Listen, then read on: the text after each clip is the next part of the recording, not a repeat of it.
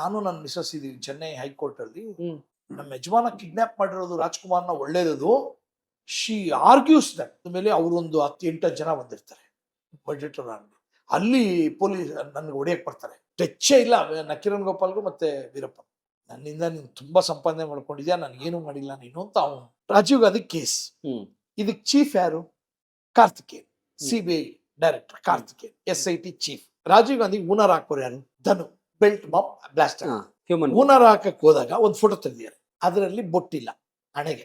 3 ನಿಮಿಷ ಆದ್ಮೇಲೆ ತಲೆ ಮಾತ್ರ ಸಿಗತ್ತೆ. ಆ ಹಣೆಲಿ ಬೊಟ್ಟಿದೆ. ಯಾರಿಟ್ರು ಬೊಟ್ಟು? 3 ನಿಮಿಷದಲ್ಲಿ ನಡ್ಕೊಂಡ್ ಬರ್ತಾರೆ. ರೆಡ್ ಕಾರ್ಪೆಟ್ ಮೇಲೆ ಹೊಡೆದಾಕ್ಬಿಡ್ತಾರೆ. ಆ ಸ್ಟೇಜ್ಗೆ ಹತ್ತಿರಲ್ಲ, ಜನ ಓಡೋರು. ಕೆಲವರು ಮಾತ್ರ ಒಳಗಡೆ ಹೋಗ್ತಾರೆ. ಯಾರು ಅವರು? ಇವಾಗ ಅದೆಲ್ಲ ಹೇಳ್ತಾರೆ. ಎಷ್ಟು ಖರ್ಚು ಮಾಡಿದಿರ ರಾಜೀವ್ ಗಾಂಧಿ ನೋಡಿಯಕ್ಕೆ ಅಂದ್ರೆ ಅವ್ನು 500 ರೂಪಾಯಿ ಅಂತ ಇರ್ತಾರೆ. ಆರ್ಮಿನಲ್ಲಿ ಟ್ಯಾಂಕರ್ ಕೆಳಗಡೆ ಮಲಗಿದ್ದ ಹಿಸ್ಟ್ರಿ ಇದೆ. ಅದಾದ್ಮೇಲೆ ಹ್ಯೂಮನ್ ಬಾಂಬ್ ಕಲ್ಚರ್ ಇಲ್ಲ.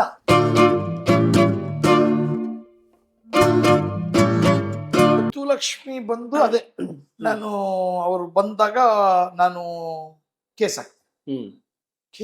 ಕೋರ್ಟಲ್ಲೂ ನಾನು ಹೊಡೆಯಕ್ ಬರ್ತೇನೆ. ಕೋರ್ಟು ಹಾಲಿಂದ ಆಚೆ ಬಂದೇಟ್ಲಿ. ಅಲ್ಲಿ ಯಾವ ತರ ಆಗೋಯ್ತು ಅಂದ್ರೆ, ನಾನು ನನ್ನ ಮಿಸಸ್ ಇದೀವಿ ಚೆನ್ನೈ ಹೈಕೋರ್ಟ್ ಅಲ್ಲಿ. ನಮ್ಮ ಯಜಮಾನ ಕಿಡ್ನಾಪ್ ಮಾಡಿರೋದು ರಾಜ್ಕುಮಾರ್ನ ಒಳ್ಳೇದದು. She argues that like that. ಇವತ್ತೇನಾದ್ರು ತಮಿಳ್ನಾಡು ಕಾವೇರಿ ನೀರು ಬರ್ತಿದೆ ನಮ್ಮ ಯಜಮಾನಿಂದ ಅಂತ ಹೇಳಿ ನಾನು ಮಾತಾಡಕ್ ಹೋಗ್ತೀನಿ. ಆ ತಮಿಳ್ ಲಾಯರ್ಸ್ ಬಿಡೋದೇ ಇಲ್ಲ. ನೀವು ಮಾತಾಡ್ಬಿಡಿ, ಅವ್ರೇನ ಮಾತಾಡ್ಕೊಳ್ಳಿ, ನೀವೆಲ್ಲ ಏನು ಮಾತಾಡಕ್ ಹೋಗ್ಬಿಡಿ, ನಮ್ಮ ಪಿಕ್ಚರ್ ರಿಲೀಸ್ ಆಗ್ಬೇಕು ಅಂತ ಅವರು. ನಾನೊಂದು ಏನ್ ಸರ್ ಈ ತರ ಮಾತಾಡ್ತಿದ್ದಾರೆ ಅಂತ. ಅದಾದ್ಮೇಲೆ ಅವರೊಂದು 10-8 ಜನ ಬಂದಿರ್ತಾರೆ ಬಜೆಟ್ ಅಲ್ಲಿ ಪೊಲೀಸ್ ನನ್ಗೆ ಹೊಡೆಯಕ್ ಬರ್ತಾರೆ. ಕೋರ್ಟಲ್ಲ ಆಚೆ ಕಡೆ, ಅಲ್ಲೇನೆ ಕ್ವಾರ್ಟರಂಗಲಲ್ಲಿ, ಅಲ್ಲೇನೆ ಕಾರಿಡಾರ್ ಅಲ್ಲಿ. ಅವಾಗ ಇಮಿಡಿಯೇಟ್ ಆಗಿ ನನ್ನ ಫ್ರೆಂಡು ಅದೇ ಸೆಂದಾಮರಿಕಣ್ಣ, ಅವಾಗ ಜಾಯಿಂಟ್ ಕಮಿಷನರ್, ಅವ್ರು ನನಗೆ ನಾನು ಕೋರ್ಟಿಗೆ ಬಂದಾಗೆಲ್ಲ ಪ್ರೊಟೆಕ್ಷನ್. ಈ ತರ ಎಲ್ಲ ಮಾಡಕ್ ಬಿಡ್ತಾರೆ. ಅದನ್ನ ನಕೀರನ್ ಗೋಪಾಲ್ ಕೇಸ್ ಹಾಕ್ತಾರೆ ನಿಮ್ ಮೇಲೆ. ಯಾವಾಗ್ಲೂ ಅವ್ರಿಗೇನ್ ಭಯ ಅಂದ್ರೆ, ನಾನು ಈ ವಿಷಯ ಎಲ್ಲಿ ಹೇಳ್ಬಿಡ್ತೀನಿ, ದುಡ್ಡಿಂದು ಮತ್ತೆ ಇದ್ರದ್ದು ಯಾವ್ದು ನಾಗಪ್ಪನ ಬಿಡುಗಡೆದು. ಯಾಕಂದ್ರೆ ನೆಕ್ಸ್ಟ್ ಆಕ್ಚುಲಿ ಅವನ್ ಕೋಪ ಇದ್ದಿದ್ದೆ ನಕೀರನ್ ಗೋಪಾಲ್ ವೀರಪ್ಪನ್ಗೆ. ಹೌದು, ಎಷ್ಟು ಒಳ್ಳೆ ಲಾಸ್ಟ್ ಅವ್ನು ವಿಲ್ಲನ್ ತರನೇ ಆಗ ವೀರಪ್ಪನ್ ದೃಷ್ಟಿಯಲ್ಲಿ. 2000 ಆದ್ಮೇಲೆ ಅದು ಅವ್ನು ಟಚ್ಚೇ ಇಲ್ಲ ನಕೀರನ್ ಗೋಪಾಲ್ಗೂ ಮತ್ತೆ ವೀರಪ್ಪ. ನನ್ನಿಂದ ನೀನು ತುಂಬಾ ಸಂಪಾದನೆ ಮಾಡ್ಕೊಂಡಿದ್ಯಾ, ನನಗೇನು ಮಾಡಿಲ್ಲ ನೀನು ಅಂತ ಅವನು. ಅವ್ನಿಗೆ ಗೊತ್ತಾಗಿರುತ್ತೆ ಅಷ್ಟೇ. ಹೌದೌದು, ಸಿಕ್ಕಾಪಟ್ಟೆ ದುಡ್ಡು ಮಾಡ್ಕೊಂಡಿರೋದು ಎಲ್ಲಾನು ಗೊತ್ತಾಗ್ಬಿಡುತ್ತೆ. ಸಿನಿಮಾ ನೀವು ಅಟ್ಟಹಾಸ ಶುರು ಮಾಡ್ತೀರಲ್ಲ, ಹೇಗೆ ಪ್ರೋಸೆಸ್ ಹೇಗೆ ಇತ್ತು? ಈಗ ಅಣ್ಣವ್ರ ಕಿಡ್ನಾಪ್ ಆದ್ಮೇಲೆ ಬಂದೆ ನಾನು. ಅಷ್ಟೊಂದು ಆಲ್ರೆಡಿ ಇದ್ರ ಕಥೆನೂ ಬರ್ದೆ.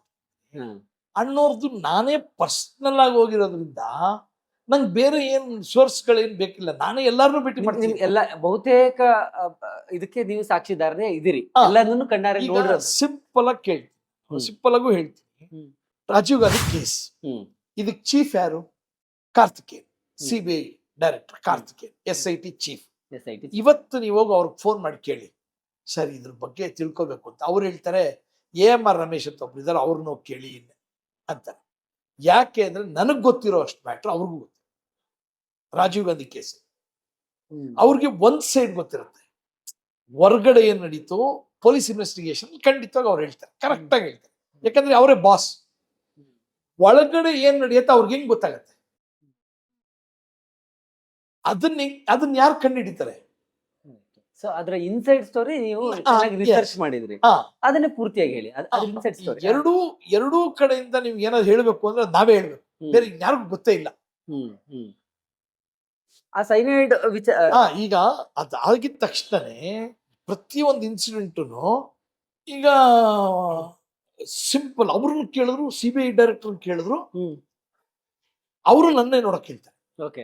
ಯಾಕಂದ್ರೆ ಅವ್ರಿಗೂ ಗೊತ್ತು. ಎಲ್ಲರೂ ಕೆಂಪಯ್ಯ ಆಯ್ತು, ಕೆಂಪಯ್ಯ ಔಟ್ ಸೈಡ್ ಮಾತ್ರ ಹೇಳ್ತಾರೆ, ಅವ್ರಿಗೆ ಇನ್ಸೈಡ್ ಗೊತ್ತಿಲ್ಲ. ಇನ್ಸೈಡ್ ಯಾರು ಹೇಳೋದು? ಆಮೇಲೆ ನನ್ನ ಕೇಳಿದ್ರು. ಆಕ್ಚುಲಿ ಇದುವರೆಗೂ CBIನವ್ರಿಗೆ ಗೊತ್ತಿಲ್ಲ, ರಾಗ್ ಗೊತ್ತಿಲ್ಲ. ಈಗ ರಾಜೀವ್ ಗಾಂಧಿ ಕೇಸ್. ರಾಜೀವ್ ಗಾಂಧಿ ಊನರ್ ಹಾಕೋರು ಯಾರು? ಧನು. ಹಾಕಿದಾಗ ಬೆಲ್ಟ್ ಬಾಂಬ್ ಬ್ಲಾಸ್ಟ್. ಊನರ್ ಹಾಕಕ್ ಹೋದಾಗ ಒಂದು ಫೋಟೋ ತೆಗೆದಿದ್ದಾರೆ. ಅದರಲ್ಲಿ ಬೊಟ್ಟಿಲ್ಲ ಹಣೆಗೆ. ಊನರ್ ಹಾಕ್ತಾರೆ, ಬ್ಲಾಸ್ಟ್ ಆಗುತ್ತೆ, ರಾಜೀವ್ ಗಾಂಧಿ ಸಾಯ್ತಾರೆ, ಅವಳು ಸಾಯ್ತಾಳೆ, ಆಯ್ತು. 3 ನಿಮಿಷ ಆದ್ಮೇಲೆ ತಲೆ ಮಾತ್ರ ಸಿಗತ್ತೆ. ಯಾರಿಗೆ? ಪೊಲೀಸರು. ಯಾರ್ದು ಧನುದು ತಲೆ ಸಿಗತ್ತೆ, ಕೈ ಸಿಗತ್ತೆ, ಇದ್ ಸಿಗತ್ತೆ, 2 ಕಾಲ್ ಸಿಗತ್ತೆ, ಇಷ್ಟು ಬ್ಲಾಸ್ಟ್ ಹೊಟ್ಟೋಗಿದೆ.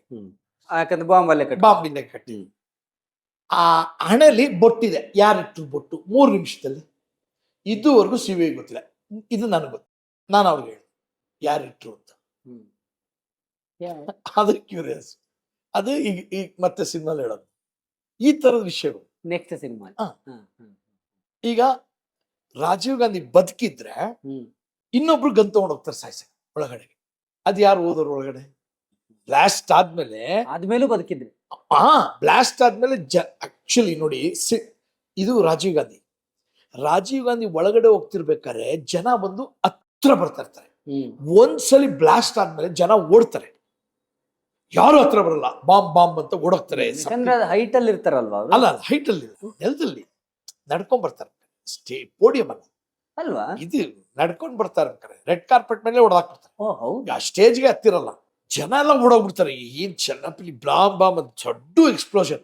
ಏನ್ ಪೆಲೆಟ್ಸ್ ಹೋಗಿ 16 ಜನ ಸತ್ತೋಗ್ತಾರೆ. ಆಮೇಲೆ ಪೆಲೆಟ್ಸ್ ಒಂದು 50 ಜನ 100 ಜನದವರೆಗೂ ಒಟ್ಟೋಗಿದೆ ಬಾಡಿಗಳಲ್ಲಿ. ಆ ತರ ಬ್ಲಾಸ್ಟ್. ಅದಾದ್ಮೇಲೆ ಜನ ಓಡೋರು, ಕೆಲವರು ಮಾತ್ರ ಒಳಗಡೆ ಹೋಗ್ತಾರೆ. ಯಾರು ಅವರು? ಇವಾಗ ಅದೆಲ್ಲ ಹೇಳ್ತಾರೆ. ಒಳಗಡೆ ಹೋದವ್ರು ಯಾರು, ಏನೇನ್ ಮಾಡಿದ್ರಲ್ಲಿ. ಇವಾಗೆಲ್ಲ ಇಷ್ಟೊಂದು ಸೆಕ್ಯೂರಿಟಿ ಇದೆಲ್ಲ ಇದೆ ಅಂದ್ರೆ ಪ್ರತಿಯೊಂದನ್ನು ಕೂಡ ಒಂದು ಪಿನ್ ಟು ಪಿನ್, ಒಂದು ಜೇಬಲ್ ಪಿನ್ ಇದ್ರು ಕೂಡ ಅದೇ ಒಂದು ಇನ್ಸಿಡೆಂಟ್ ಆದ್ಮೇಲೆ ನಾವು ಅಲರ್ಟ್ ಆಗ್ತೀವಿ ಅಷ್ಟೇ. ಅಲ್ಲ, ಅವಾಗ ಅಷ್ಟು ಸೆಕ್ಯೂರಿಟಿ ಚೆಕ್ ಅವಾಗ ಏನಂದ್ರೆ ಪ್ರಾಬ್ಲಮ್, ಆ ಮೆಟಲ್ ಡಿಕ್ಟೇಟರ್ ಸರಿಯಾಗಿ ಕೆಲಸ ಮಾಡ್ತಿರ್ಲಿಲ್ಲ. ಆಮೇಲೆ ಯಾವ್ದೋ ಪೊಲೀಸರಿಗೆ 500 ರೂಪಾಯಿ ಕೊಟ್ಬಿಟ್ಟಿದ್ದಾರೆ. ಇದೆಲ್ಲ ಹೇಳಕ್ಕಾಗಲ್ಲ ಪೊಲೀಸರ ಕೈಲಿ. ಎಷ್ಟು ಖರ್ಚು ಮಾಡಿದಿರ ರಾಜೀವ್ ಗಾಂಧಿ ನೋಡಿಯಕ್ಕೆ ಅಂದ್ರೆ ಅವ್ನು 500 ರೂಪಾಯಿ ಅಂತ ಇರ್ತಾನೆ. ಪೊಲೀಸ್ನವ್ರಿಗೇನು ಇದೆ ಅಷ್ಟು ದೊಡ್ಡದಾಗಲ್ಲ. ಒಳಗೆ ಹೋಗಿ ಯಾರು ಗೊತ್ತಿ ಈ ತರ ಇದೆ. 500 ರೂಪಾಯಿ ಆಸೆ, ಯಾರೋ ಕ್ರೌಡ್ ಯಾರೋ ನೋಡಕ್ ಹೋಗ್ಯೋ ಬಾಂಬು ಯಾರಿಗ್ ಗೊತ್ತದ? ಕಲ್ಪನೆನೇ ಇಲ್ಲ. ಅದ್ರ ಬಗ್ಗೆ it's A first human bomb in the history of Mankind. Correct. ಅಲ್ಲಿವರೆಗೂ ನೋಡಿಲ್ಲ, ಪ್ರಪಂಚದಲ್ಲೇ ಇಲ್ಲ. Whole world. ಪ್ರಪಂಚದಲ್ಲಿ ಆ ತರ ಒಂದು ಕಲ್ಚರ್ ಇಲ್ಲ, ಹ್ಯೂಮನ್ ಬಾಂಬ್ ಕಲ್ಚರು. ನೀವು ಅದಕ್ ಮುಂಚೆ ಒಂದು ಇದ್ರಲ್ಲಿ ಮಾತ್ರ ಇರುತ್ತೆ, ಜಪನೀಸು ಕಾಲು ಕಟ್ಕೊಂಡು ಟ್ಯಾಂಕರ್ ಕೆಳಗಡೆ ಹೋಗಿದ್ದಾರೆ ಅಂತ ಒಂದು ಹಿಸ್ಟ್ರಿಗಳಿದೆ. ಅದು ಯಾವಾಗ 47-45 ಅಲ್ಲಿ. ಈ ಟೆರರಿಸ್ಟ್ಗಳು ಹ್ಯೂಮನ್ ಬಾಂಬ್ ಆಗಿ ಹೋಗೋ ಕಲ್ಚರ್ ಇಲ್ಲ. ಆರ್ಮಿನಲ್ಲಿ ಟ್ಯಾಂಕರ್ ಕೆಳಗಡೆ ಮಲಗಿದ್ದ ಹಿಸ್ಟ್ರಿ ಇದೆ. ಓಕೆ. ಅದಾದ್ಮೇಲೆ ಹ್ಯೂಮನ್ ಬಾಂಬ್ ಕಲ್ಚರ್ ಇಲ್ಲ. 50s ಆದ್ಮೇಲೆ 40 ವರ್ಷ ಅದ್ರ ಬಗ್ಗೆ ಇಲ್ಲ. ಫಸ್ಟ್ ಹ್ಯೂಮನ್ ಬಾಂಬ್ ಕಲ್ಚರ್ ಅಲ್ಲಿವರೆಗೂ ಹ್ಯೂಮನ್. ಆಮೇಲೆ ISIS ಅವ್ರನ್ನೆಲ್ಲ ಮಾಡಕ್ ಶುರು ಮಾಡಿದ್ದು. ಈಗ ಅದು ನಾರ್ಮಲ್. ಅಲ್ ಖೈದಾ ಅವರು ಇವರೆಲ್ಲ ಸ್ಟಾರ್ಟ್ ಮಾಡಿದ್ರೆ 2000 ಆದ್ಮೇಲೆ. ಕರೆಕ್ಟ್. ಇದು 91 ಅಲ್ಲಿ. Just imagine 35 years back. ಅದಾದ್ಮೇಲೆ ಸುಮಾರು ಜನ 25 years ಇಂದ ಈ ISIS ಅವರು ಇವರೆಲ್ಲ ಸ್ಟಾರ್ಟ್ ಮಾಡ್ತಾರೆ. ಈ ಕಲ್ಚರ್ ಯಾರಿಗೂ ಗೊತ್ತಿರ್ಲಿಲ್ಲ. ಇದು ಹ್ಯೂಮನ್ ಬಾಂಬ್ ಕಲ್ಚರ್. ಅವಾಗ ಅದ್ರದ್ದು ಎಲ್ಲ ವಿಷಯ ತಗೊಂಡಲ್ಲ ನಾನು. ಅದಕ್ಕೆ ಕಾರ್ತಿಕೇಯನವರೆಲ್ಲ ಎಷ್ಟು ವಿಷಯ ಗೊತ್ತು ನಿನ್ಗೆ ಅಂತ ಹೇಳ್ತಾರೆ. ಅವತ್ತು ನೀನಾ ಗೋಪಾಲ್ ಅಂತ ಹೇಳಿ ಒಬ್ಬ ಪ್ರೆಸ್ ರಿಪೋರ್ಟರ್, ಈಗಲೂ ನನ್ನ ಈಗಲೂ ಮೆಸೇಜ್ ಮಾಡಿದ್ದಾರೆ. ಅವರು ರಾಜೀವ್ ಗಾಂಧಿ ಜೊತೆ ಕಾರಲ್ಲಿ ಬಂದಿರ್ತಾರೆ. ಅವರು ನನ್ನ ಹತ್ರನೇ ಮೆಸೇಜ್ ತಗೊಳ್ಳೋದು, ಮೆಟೀರಿಯಲ್ ತಗೊಳ್ಳೋದು.